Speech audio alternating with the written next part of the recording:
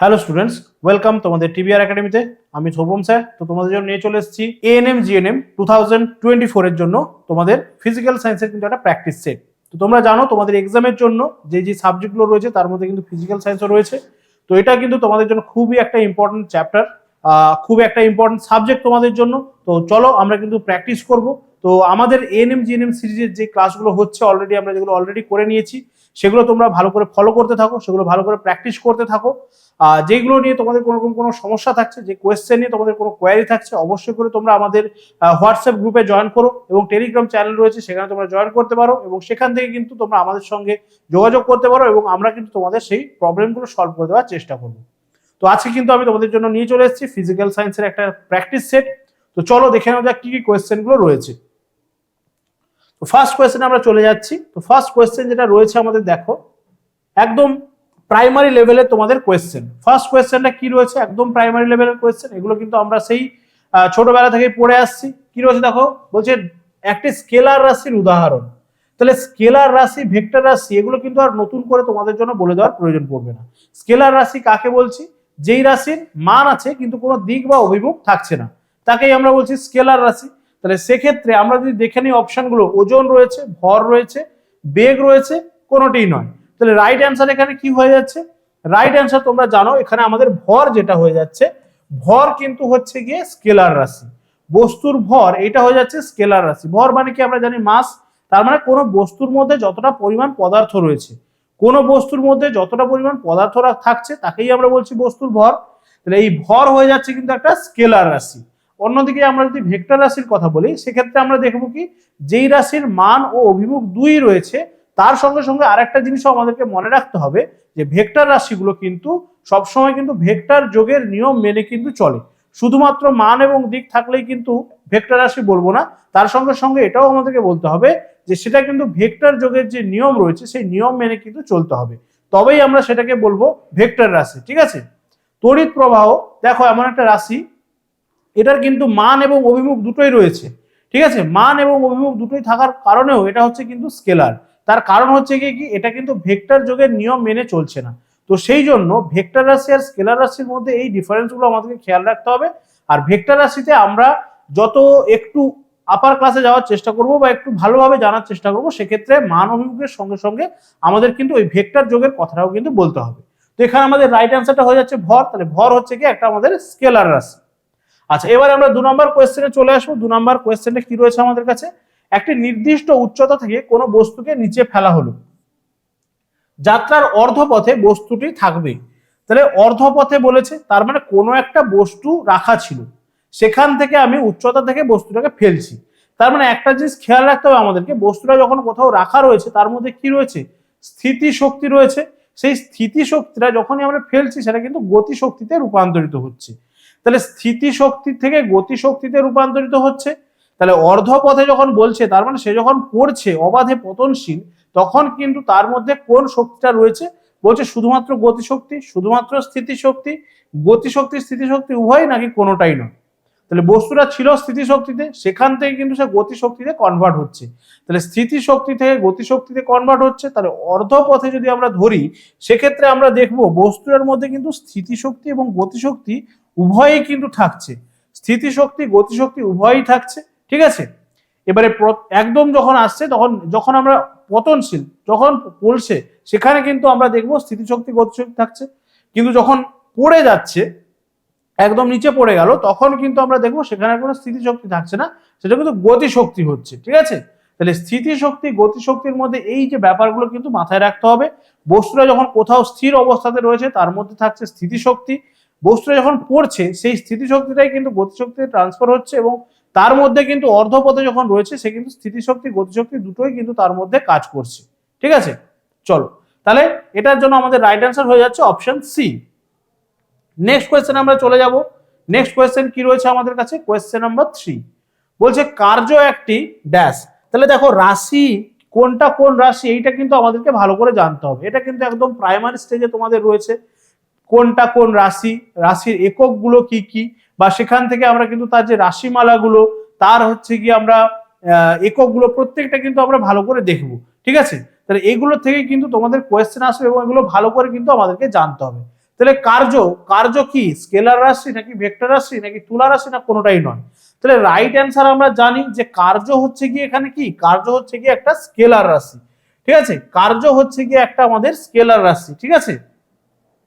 তাহলে কার্য হচ্ছে কি আমরা যদি বলি যে ওয়ার্ক সমান কি এফ এস, ঠিক আছে, সেক্ষেত্রে কস থিটা আমরা একটা বলি এফ এস কস থিটা, ঠিক আছে। তাহলে ফোর্স ইনটু ডিসপ্লেসমেন্ট, কার্য আমরা কখন বলছি ফোর্স ইনটু ডিসপ্লেসমেন্ট, তার মানে আমরা তাকে কোনো একটা বস্তুকে আমরা সেই একদম ছোটবেলায় যে পড়েছিলাম যে কোনো একটা বস্তুকে আমরা কাজ মানে কোনো কাজ আমরা তখনই বলবো, বিজ্ঞানের ভাষায় কাজ তখনই বলবো যখন কোনো বস্তুকে আমরা বল প্রয়োগ করে সেটা স্থান পরিবর্তন করতে পারবো।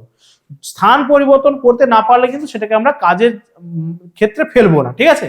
কার্য তখনই বলবো যখন কোনো একটা বস্তুতে বল প্রয়োগ করে আমরা তাকে স্থান পরিবর্তন করতে পারছি, সেক্ষেত্রে কিন্তু আমরা সেটাকে কাজ বলবো। তাহলে ওয়ার্ক সমান আমাদের মনে রাখতে হবে এফ ইন্টু এস, ঠিক আছে, এফ এস কস থিটা আমরা বলবো, সেক্ষেত্রে একটা উপাঙ্গ চলে আসে কার্যের, তো সেখানে কিন্তু সেই জন্য আমরা থিটাটা এখানে ইউজ করছি সেই কোণ হিসেবে। তাহলে কার্য হয়ে যাচ্ছে এখানে আমাদের কিন্তু স্কেলার রাশি। চলো তাহলে এবারে আমরা কোয়েশ্চেন নাম্বার 4 চলে আসবো। 4 কি রয়েছে দেখো, বলছে 1 এক্সামিটার একক সমান কত সেন্টিমিটার, 1 এক্সামিটার সমান কত সেন্টিমিটার। তাহলে আমাদেরকে আগে জানতে হবে 1 এক্সামিটার সমান কত মিটার। তাহলে আমরা যদি দেখি 1 এক্সামিটার ইজ ইকুয়ালস টু আমরা দেখে নেব 10 to the power 18, 10 to the power 18 metre.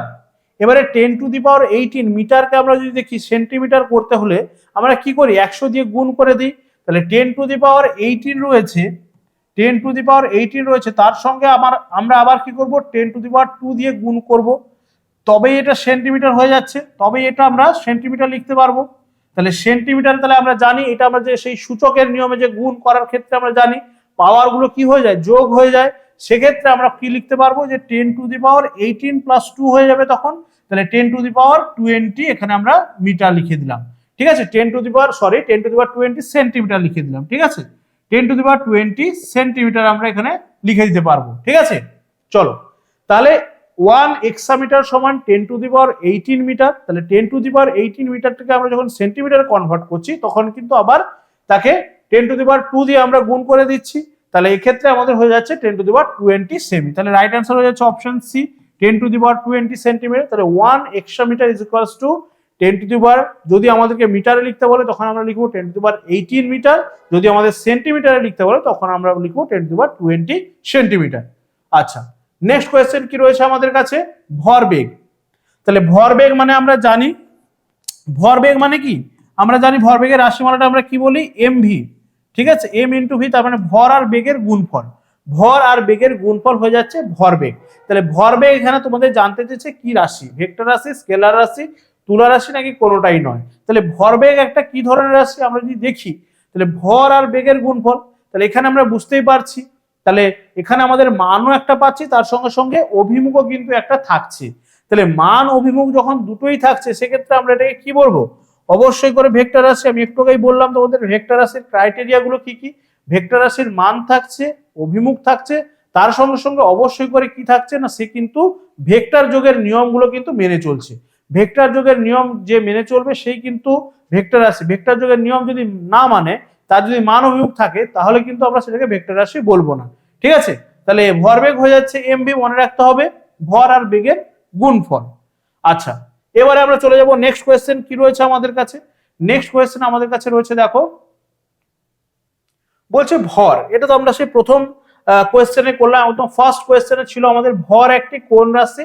তাহলে ভর একটি আমরা দেখলাম যে স্কেলার, কারণ ভরের মান রয়েছে, ভরের শুধুমাত্র মান রয়েছে কোনো একটা বস্তুর মধ্যে যতটা পরিমাণ পদার্থ সেটাকেই আমরা বলছি ভর। তাহলে ভরের একটা নির্দিষ্ট মান রয়েছে, তার কিন্তু কোন রকম অভিমুখ বা দিক নেই, সেক্ষেত্রে এটা হয়ে যাচ্ছে আমাদের স্কেলার রাশি, ঠিক আছে।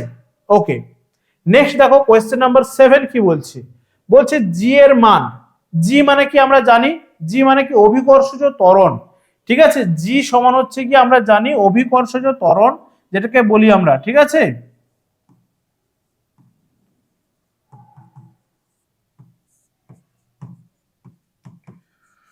জি হচ্ছে অভিকর্ষজ ত্বরণ। তাহলে এই অভিকর্ষজ ত্বরণের মান সেটা কিন্তু বিভিন্ন জায়গাতে বিভিন্ন রকম হয়, বিভিন্ন জায়গাতে বিভিন্ন রকম হয়। তাহলে অপশন এ তে দেওয়া রয়েছে দেখো মেরুতে বেশি, অপশন বি নিরক্ষরেখায় বেশি, অপশন সি দুই ক্ষেত্রেই সমান নাকি মেরুতে কম। তাহলে আমরা যদি দেখি এই জি এর মান কিভাবে ডিপেন্ড করছে, জি এর মান বা অভিকর্ষজ ত্বরণের মান সবচেয়ে বেশি কোথায়, সবচেয়ে বেশি হচ্ছে ভূপৃষ্ঠে, সবচেয়ে বেশি হচ্ছে ভূপৃষ্ঠে। যত আমরা ভূপৃষ্ঠের থেকে নিচের দিকে যেতে থাকবো, মানে কেন্দ্রের দিকে পৃথিবীর, তত কিন্তু জি এর মান কমতে থাকবে। আবার যত ভূপৃষ্ঠ থেকে উপরের দিকে যেতে থাকবো, তত কিন্তু জি এর মান কমতে থাকবে। সবচেয়ে বেশি হচ্ছে ভূপৃষ্ঠে। এবারে ভূপৃষ্ঠের সব জায়গায় কিন্তু আবার সমান নয়। নিরক্ষরেখাতে জি এর মান কিন্তু অপেক্ষাকৃত কম, কার থেকে না, মেরুর তুলনায়। তাহলে মেরুতে জি এর মান সবচেয়ে বেশি ভূপৃষ্ঠের মধ্যে, ভূপৃষ্ঠের মধ্যে মেরুতে জি এর মান সবচেয়ে বেশি, আবার নিরক্ষরেখায় কিন্তু কম। আবার এক্ষেত্রে আমরা দেখছি কি, যত আমরা ভূপৃষ্ঠ থেকে উপরের দিকে যেতে থাকবো, তত জি এর মান কমতে থাকবে। ভূপৃষ্ঠ থেকে নিচের দিকে যেতে থাকলেও কিন্তু জি এর মান কমতে থাকবে। তাহলে আলটিমেটলি আমরা দেখতে পেলাম যে এখানে যে অপশনগুলো রয়েছে তার মধ্যে কিন্তু অপশন এটাই কিন্তু এখানে আমাদের স্যাটিসফাই করছে। অপশন এ তে দেওয়া রয়েছে, দেখো বলছে মেরুতে, তাহলে মেরুতে কিন্তু জি এর মান সবচেয়ে বেশি। মেরুতে কিন্তু জি এর মান, মানে আমাদের যে নর্থ পোল সাউথ পোল রয়েছে, উত্তর মেরু দক্ষিণ মেরু রয়েছে, সেখানে কিন্তু আমরা যদি দেখি জি এর মান সবচেয়ে বেশি। আচ্ছা, জি এর ক্ষেত্রে আরেকটা জিনিস মনে রাখতে হবে, জি এর মানটা কত, যদি আমরা দেখি 9.81, ঠিক আছে, 9.81 মিটার পার সেকেন্ড স্কোয়ার। তাহলে এটা হচ্ছে কোথায় না, আমরা যদি দেখি এটা হচ্ছে কি আমাদের এসআই এককে, এটা হচ্ছে আমাদের এসআইতে হয়ে যাচ্ছে। সিজিএস এ আমরা বলি কি 980, ঠিক আছে, এটা সেন্টিমিটার পার সেকেন্ড স্কোয়ার বলি আমরা, ঠিক আছে, এটা হচ্ছে আমাদের সিজিএস। এই জিনিসগুলো একটু মনে রাখতে হবে, খেয়াল রাখতে হবে। আর আরেকটা জিনিস যেটা আমরা দেখি, যে আমরা ওজন যখন কোনো ওয়েট আমরা করছি তখন আমরা সেটাকে আমরা লিখি কি এমজি, কোনো বস্তুর ওজন।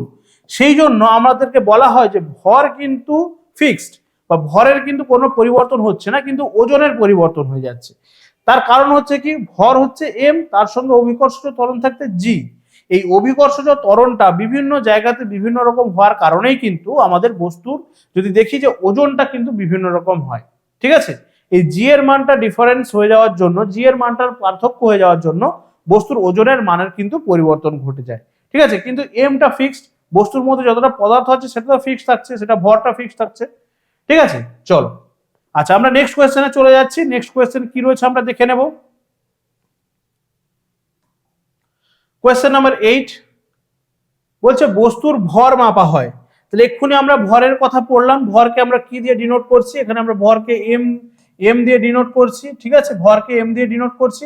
তাহলে ভর মাপা হয় কিসের সাহায্যে, বস্তুর ভর মাপা হচ্ছে কিসের সাহায্যে, অপশনগুলো দেখলেই আমরা বুঝতে পেরে যাব। বলছে সাধারণ তুলা যন্ত্র, স্প্রিং তুলা যন্ত্র, মাপক চোখ নাকি স্কেল, কিসের সাহায্যে বস্তুর ভর মাপা হয়, বস্তুর ভর মাপা যায় সাধারণ তুলা যন্ত্রের সাহায্যে, বস্তুর ভর মাপা যাচ্ছে সাধারণ তুলা যন্ত্রের সাহায্যে। কিন্তু আমাদেরকে ওজনের কথা বললে তখন আমরা বলবো স্প্রিং তুলা, এটাতে কি মাপা যাচ্ছে, ওজন মাপা যাচ্ছে, ঠিক আছে, স্প্রিং তুলা যন্ত্রের সাহায্যে ওজন। মাপক চোঙের সাহায্যে তাহলে কি মাপা যাচ্ছে, মাপক চোঙের সাহায্যে বস্তুর আয়তন, ঠিক আছে, আয়তন পরিমাপ করা যাচ্ছে, ঠিক আছে। আর স্কেলের সাহায্যে তো আমরা জানি যে দৈর্ঘ্য পরিমাপ করা যাচ্ছে। তাহলে কোন যন্ত্রের সাহায্যে কি পরিমাপ করা যাচ্ছে সেটা কিন্তু ভালো করে মনে রাখতে হবে। ভর মাপা হচ্ছে বললে সাধারণ তুলা যন্ত্র, ওজন মাপা হচ্ছে স্প্রিং তুলা যন্ত্রের সাহায্যে, মাপক চোঙের সাহায্যে কিন্তু আমরা কি করতে পারছি, আয়তনটাকে পরিমাপ করতে পারছি। আচ্ছা, নেক্সট কোয়েশ্চেন আমাদের দেখে নেব কি রয়েছে। একটু আগে কিন্তু আমি তোমাদের এটা আলোচনা করে দিলাম বা একটু আগে বলে দিলাম, কিন্তু কোয়েশ্চেনটা দেখো কি বলছে, বস্তুর ওজন শূন্য হয় কোথায়, বস্তুর ওজন শূন্য হয় কোথায়, একটু আগেই তোমাদেরকে বলে দিয়েছি। অপশনগুলো ভালো করে দেখো, বলছে পৃথিবীর কেন্দ্রে, পৃথিবীর পৃষ্ঠে, পৃথিবী থেকে 1 কিলোমিটার উচ্চতায়, নাকি ভূপৃষ্ঠ থেকে 1 কিলোমিটার নিচে। তাহলে রাইট অ্যান্সার কি হয়ে যাবে, তাহলে ওজন এক্ষুনি আমরা কি বললাম যে ওয়েট বা ওজন সমান কি, আমরা যদি বলি এম ইন্টু জি, তাহলে ভর ইন্টু অভিকর্ষজ ত্বরণ, এটাই হচ্ছে ওজন আমরা বলছি।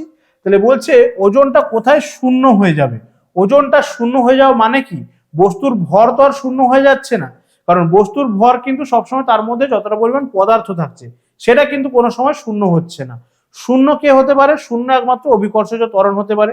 তাহলে যেহেতু অভিকর্ষজ ত্বরণটা আমাদের এখানে কি রয়েছে, তার সঙ্গে গুণ রয়েছে, তাহলে আমরা জানি কোনো কিছুর সঙ্গে যদি আমরা শূন্য দিয়ে গুণ করি তাহলে আলটিমেটলি সেটা শূন্য হয়ে যায়। তাহলে এই জিটা কখন শূন্য হয়ে যাচ্ছে, জিটা আমি একটু আগেই বললাম তোমাদের যে জি এর মান সবচেয়ে বেশি হচ্ছে পৃথিবীর পৃষ্ঠে, তার থেকে উপরে পৃথিবী পৃষ্ঠ থেকে উপরে গেলে জি এর মান কমছে, পৃথিবী পৃষ্ঠ থেকে নিচে গেলে জি এর মান কমছে। তাহলে পৃথিবীর পৃষ্ঠে আমি যদি বলি সবচেয়ে বেশি এখানটায় পৃথিবীর পৃষ্ঠে হচ্ছে জি এর মানটা সবচেয়ে বেশি, ঠিক আছে। ওপরের দিকে আচ্ছা বলছে সরি ভূপৃষ্ঠ থেকে নিচের দিকে যাচ্ছে, তাহলে নিচের দিকে গেলে কমবে। আবার উচ্চতায় যাচ্ছে, এই উচ্চতায় গেলেও কিন্তু নেমে আসবে জি এর মান। তাহলে সবচেয়ে একদম শূন্য হয়ে যাচ্ছে কোথায় জি এর মানটা, পৃথিবীর কেন্দ্রে গিয়ে। পৃথিবীর কেন্দ্রে কিন্তু জি ইজ ইকুয়ালস টু 0, তার মানে সেখানে কিন্তু আর কোনো রকম অভিকর্ষজ ত্বরণ থাকছে না। তাহলে এই পৃথিবীর কেন্দ্রে গিয়ে কি হচ্ছে না, এখানে গিয়ে জি ইকুয়ালস টু 0 হয়ে যাচ্ছে। জি ইকুয়ালস টু বা অভিকর্ষজ ত্বরণটা এখানে গিয়ে 0 হয়ে যাচ্ছে। তাহলে অভিকর্ষজ ত্বরণ যদি 0 হয়ে যায় তাহলে সেক্ষেত্রে আমরা দেখবো তাদের গুণফলটাও 0 হয়ে যাচ্ছে।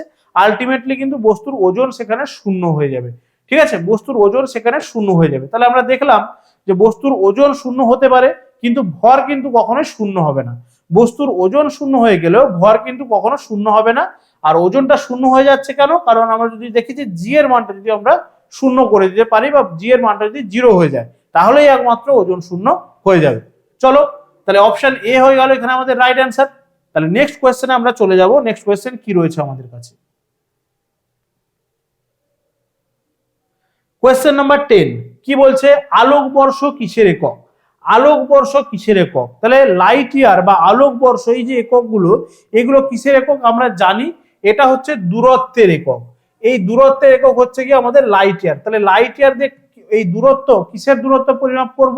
লাইট ইয়ার দিয়ে কিসের দূরত্ব পরিমাপ করব? আমরা জানি যে নক্ষত্র বা গ্রহ থেকে নক্ষত্রের দূরত্ব পরিমাপ করা হচ্ছে এই লাইট ইয়ার দিয়ে, ঠিক আছে। তার মানে আমাদের পৃথিবী থেকে অনেক দূরে একটা নক্ষত্র অবস্থান করছে, তাহলে সেই যে নক্ষত্রের অবস্থান জানার জন্য আমরা কিন্তু তখন তো আর মিটার বা কিলোমিটার দিয়ে আমরা পরিমাপ করতে পারবো না, তখন আমাদেরকে কাজে লাগাতে হবে এই আলোকবর্ষ বা লাইট ইয়ার, এই ধরনের যে বড় বড় এককগুলো, দৈর্ঘ্যের একক বা দূরত্বের একক, এগুলো আমাদেরকে কাজে লাগাতে হচ্ছে। আচ্ছা এবারে নেক্সট কোয়েশ্চেন আমরা চলে আসছি। নেক্সট কোয়েশ্চেন কি রয়েছে দেখো, কোয়েশ্চেন নাম্বার 11 এখানে বলছে আমাদের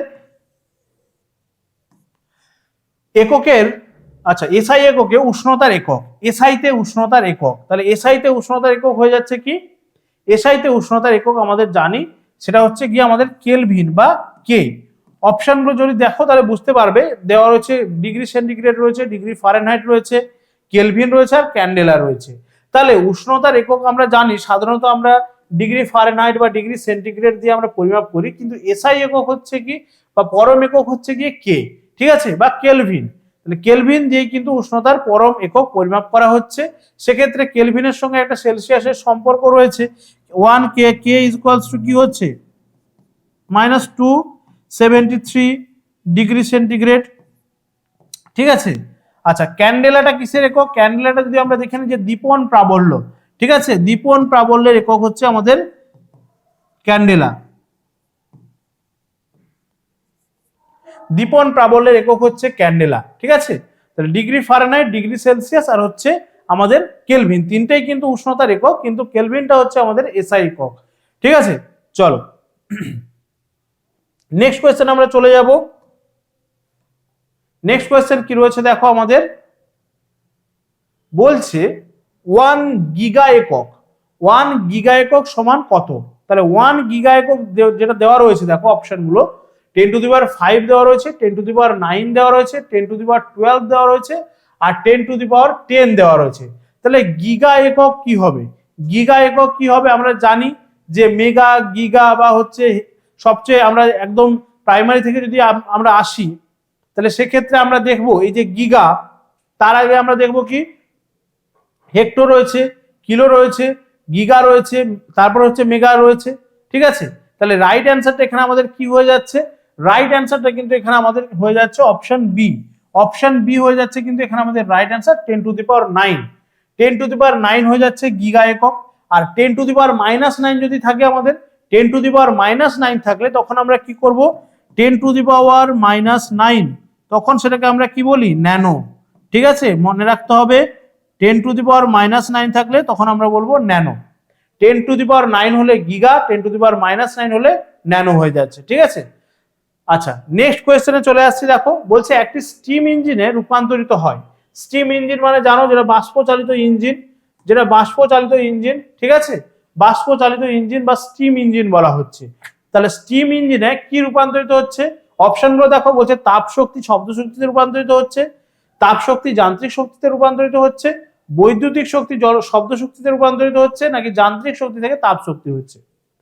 তাহলে স্টিম ইঞ্জিনের কাজটা কি? স্টিম ইঞ্জিন হচ্ছে গিয়ে এক ধরনের ইঞ্জিন। তাহলে আমরা যদি দেখি একদম প্রথমের দিকে এই স্টিম ইঞ্জিন দিয়েই কিন্তু আমাদের রেলগুলো চলতো বা ট্রেন চলতো, ঠিক আছে। তাহলে স্টিম ইঞ্জিনে ট্রেনটা চালাতে গেলে কি একটা যান্ত্রিক শক্তির প্রয়োজন হচ্ছে, যান্ত্রিক শক্তির প্রয়োজন হচ্ছে। আর স্টিমটা বা বাষ্পটা আসছে কোথা থেকে?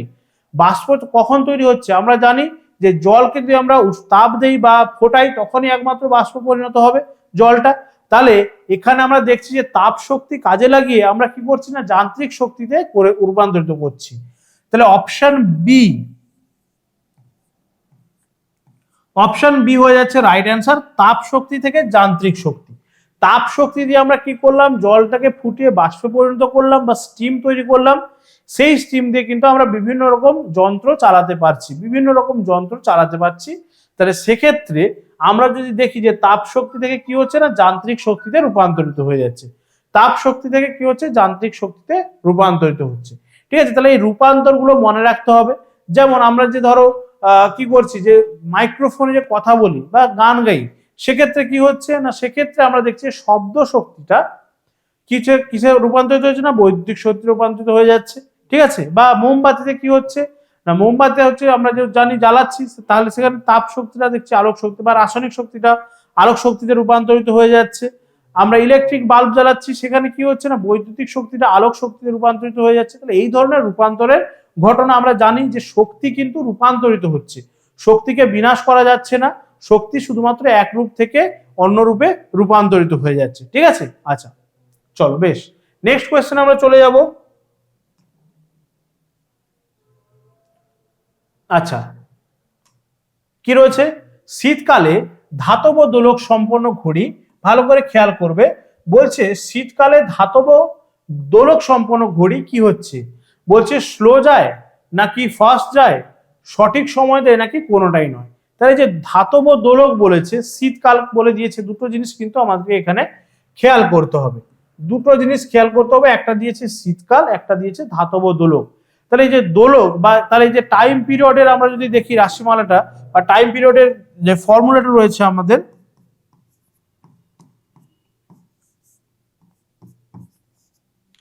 ঠিক আছে। আচ্ছা জাস্ট সেকেন্ড দাঁড়াও, ওকে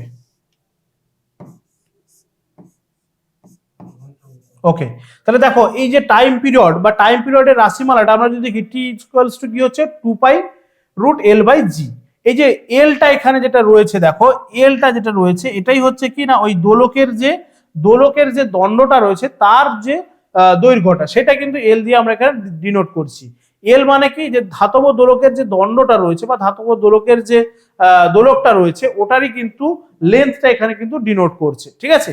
তাহলে আমরা দেখতে পাচ্ছি এখানে যেহেতু এলটা টি এর সঙ্গে কি ডাইরেক্টলি প্রপোর্শনাল, এলটা টি এর সঙ্গে ডাইরেক্টলি প্রপোর্শনাল, তাহলে টিটা যদি বাড়ে, এলটা যদি বাড়ে তাহলে টিটা বাড়বে, যেহেতু ডাইরেক্টলি প্রপোর্শনাল, ঠিক আছে। যেহেতু ডাইরেক্টলি প্রপোর্শনাল সেক্ষেত্রে আমরা বলতে পারবো তাহলে টি ভ্যারাইজেস এখানে কি হয়ে যাচ্ছে না, টি ভ্যারাইজেস এখানে হয়ে যাচ্ছে আমাদের এল। তাহলে টিটা বাড়বে কখন, যদি এলটা বাড়ে, আবার এলটা যদি কমে যায় সেক্ষেত্রে কিন্তু টিটাও কিন্তু কমে যাবে। তাহলে এখানে ভালো করে খেয়াল করো, যেহেতু ধাতু দিয়ে তৈরি এবং শীতকালে কি হচ্ছে, ঠান্ডা, তাহলে ঠান্ডাতে কি হচ্ছে, ধাতু কি হচ্ছে, সংকুচিত হয়ে যাচ্ছে, তার মানে সংকুচিত হয়ে গেলে কি হবে, এলটা কমে যাবে। আর এলটা যদি কমে যায় তার সঙ্গে সঙ্গে টিটা যেহেতু ডাইরেক্টলি প্রপোর্শনাল, তাহলে টিটাও কিন্তু কমে যাবে। তাহলে কি হয়ে যাবে, অপশন এ, ঠিক আছে, অপশন এ হয়ে যাচ্ছে এখানে আমাদের রাইট অ্যান্সার, অপশন এ হয়ে যাচ্ছে কিন্তু এখানে আমাদের রাইট অ্যান্সার, ঠিক আছে। তাহলে অপশন এ হয়ে যাচ্ছে রাইট অ্যান্সার। জিনিসগুলো কিন্তু একটু ভালো করে খেয়াল করতে হবে, ঠিক আছে, জিনিসগুলো একটু ভালো করে খেয়াল করতে হবে। নেক্সট কোয়েশ্চেন আমরা চলে আসছি, কি দেখো কোয়েশ্চেন নাম্বার 15 কি বলেছে, বস্তুর স্বকীয় ধর্ম, তাহলে বস্তুর স্বকীয় ধর্ম কোনটা, অপশনগুলো রয়েছে দেখো, ভর, ভার, আয়তন নাকি উষ্ণতা। বস্তুর স্বকীয় ধর্ম কোনটি? একটু আগে আমি তোমাদের বলেছি যে কোনো একটা বস্তুর মধ্যে যে পরিমাণ পদার্থ থাকছে সেটাই হচ্ছে তার ভর, তাহলে সেটাই হচ্ছে তার নিজের ধর্ম, সেটাই হচ্ছে তার নিজের ধর্ম। তাহলে অপশন এ দেখো দেওয়া রয়েছে ভর, অপশন এ দেখো দেওয়া রয়েছে ভর। ঠিক আছে, তাহলে ভারটা আমরা জানি, ভার মানেই হচ্ছে ওজন, যেটা হচ্ছে এমজি। সেক্ষেত্রে আমরা এখানে কি দেখবো, সেক্ষেত্রে আমরা দেখবো যে এমজিটা যেটা হয়ে যাচ্ছে সেটা কিন্তু তার সঙ্গে জিটা চলে আসছে, তাহলে জিটা পরিবর্তন হলে ওজন পরিবর্তন হয়ে যাচ্ছে, সেটা কিন্তু তার নিজের সঙ্গে আর থাকছে না। আয়তন, আয়তনটা কিসের উপর ডিপেন্ড করছে? আয়তনটা ডিপেন্ড করছে উষ্ণতার উপর, বিভিন্ন রকম কন্ডিশনের উপর আয়তন ডিপেন্ড করে যাচ্ছে। আচ্ছা, উষ্ণতা তো বস্তুর সক্রিয় ধর্মই নয়, তাহলে সক্রিয় ধর্ম হচ্ছে একমাত্র ভর। ঠিক আছে, তাহলে ভর হচ্ছে বস্তুর মধ্যে যে পরিমাণে পদার্থ থাকছে সেটাই হচ্ছে বস্তুর ভর, সেটাই হচ্ছে বস্তুর সক্রিয় ধর্ম। ঠিক আছে, তো চলো আজকে সেটা এই পর্যন্তই ছিল। 15টা কোয়েশ্চেন তোমাদের সঙ্গে ডিসকাশন হলো। প্রত্যেকটা কোয়েশ্চেন কিন্তু তোমাদের জন্য খুব ইম্পর্টেন্ট এবং এই ধরনের কোয়েশ্চেনগুলোই তোমাদের এক্সামে কিন্তু আসবে। তো সেক্ষেত্রে তোমরা দেখতেই পেলে যে এখানে রাশি থেকে কিন্তু তোমাদের কোয়েশ্চেন আছে, কোনটা কোন রাশি। ঠিক আছে, স্কেলার রাশি, ভেক্টর রাশি, এগুলো কিন্তু একটু ভালো করে করতে হবে। ঠিক আছে, তাহলে সেক্ষেত্রে এই জায়গাগুলো তোমাদের একটু ভালো করে প্রিপেয়ার করে নিতে হবে এবং এই ধরনের কোয়েশ্চেনগুলো তোমরা প্র্যাকটিস করো, আমাদের চ্যানেলের সঙ্গে তোমরা যুক্ত থাকো, তাহলেই দেখবে কিন্তু প্র্যাকটিসের মাধ্যমে তোমাদের কিন্তু পারফেকশন অবশ্যই করে চলে আসছে এবং তোমরা কিন্তু এক্সাম হলে গিয়ে তোমরা পারফরমেন্সটা ঠিকঠাক করে দিতে পারছো। তো আজকে এই পর্যন্তই, নেক্সট ক্লাসে তোমাদের সঙ্গে দেখা হচ্ছে। তো এখানে কিন্তু তোমাদের অ্যান্সার কিটা দেওয়া রয়েছে, তোমরা কিন্তু চাইলে নিজেরা প্র্যাকটিস করতে পারো এবং সেখান থেকে কিন্তু তোমরা অ্যান্সারগুলো নিজেরা মিলিয়ে নিতে পারো এবং তোমরা কিন্তু নিজেরা অ্যান্সারগুলো অ্যানালাইজ করতে পারো। যে কোনো রকমের সমস্যার জন্য আমরা রয়েছি, তোমরা আমাদের হোয়াটসঅ্যাপ চ্যানেল রয়েছে, হোয়াটসঅ্যাপ গ্রুপ রয়েছে এবং অবশ্যই করে আমাদের কিন্তু টেলিগ্রাম চ্যানেলও রয়েছে। তো যে কোনোটাতে তোমরা জয়েন করতে পারো, প্রত্যেকটা লিঙ্ক কিন্তু তোমরা ডেসক্রিপশন বক্সে পেয়ে যাবে, সেখানে জয়েন করে তোমরা কিন্তু আমাদের সঙ্গে ডাইরেক্ট কন্ট্যাক্টে থাকতে পারো কোনো রকম অসুবিধার জন্য, আমরা কিন্তু সবসময় রয়েছি। তো আজকে এই পর্যন্তই, ভালো করে পড়াশোনা করতে থাকো, নেক্সট ক্লাসে দেখা হচ্ছে, টাটা, থ্যাংক ইউ।